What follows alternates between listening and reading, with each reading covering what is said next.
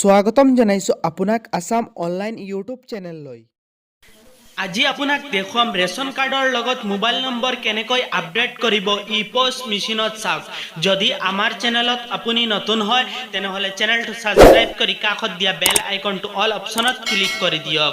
ভিডিঅ'টো চাই থাকক, মই দেখুৱাই আছো ই-পষ্ট মেচিনত আপুনি কেনেকৈ মোবাইল নম্বৰ আপডেট কৰিব ৰেচন কাৰ্ডৰ লগত। প্ৰথমে আপুনি কেছ পিডিএছ অপশনত ৰেচন কাৰ্ড নাম্বাৰটো টাইপিং কৰিব। ৰেচন কাৰ্ড নাম্বাৰ টাইপিং কৰাৰ লগে লগে আপোনাৰ সমূহত মেম্বাৰ ডিটেইলছটো আহি যাব। ইয়াতে আপুনি যিকোনো এজন গ্ৰাহকৰ সিলেক্ট কৰি ল'ব। সিলেক্ট কৰি ইয়াতে আপুনি স্ক্ৰিন এপ পিছ এই অপশনটোত ক্লিক কৰাৰ লগে লগে আপোনাৰ সমূহত এনেকুৱা আহি যাব। ইয়াতে আপুনি এগ্ৰি অপশনটোত এনেকুৱা ক্লিক কৰি দিব।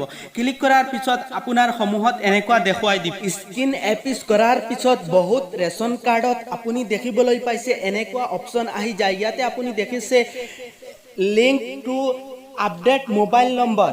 আপুনি এইটো স্কিপ নকৰি ইয়াতে আপুনি আপোনাৰ মোবাইল নম্বৰটো টাইপিং কৰি দিব। মোবাইল নম্বৰ টাইপিং কৰি ওকে অপশনত ক্লিক কৰিব। ওকে অপশনত ক্লিক কৰাৰ পিছত আপোনাক এনেকুৱা দেখুৱাই দিব wait mobile number is updating.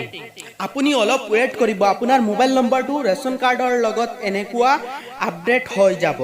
আপুনি ওকে অপশনটোত এনেকুৱা ক্লিক কৰি দিব। ক্লিক কৰাৰ লগে লগে ৰেচন কাৰ্ডৰ লগত মোবাইল নম্বৰ লিংক হৈ যাব। ভিডিঅ'টো কেনেকৈ হৈছে জনাব মোৰ ইউটিউবৰ কমেন্ট বক্সত। ভাল লাগিলে শ্বেয়াৰ কৰিব আৰু লাইক কৰিব।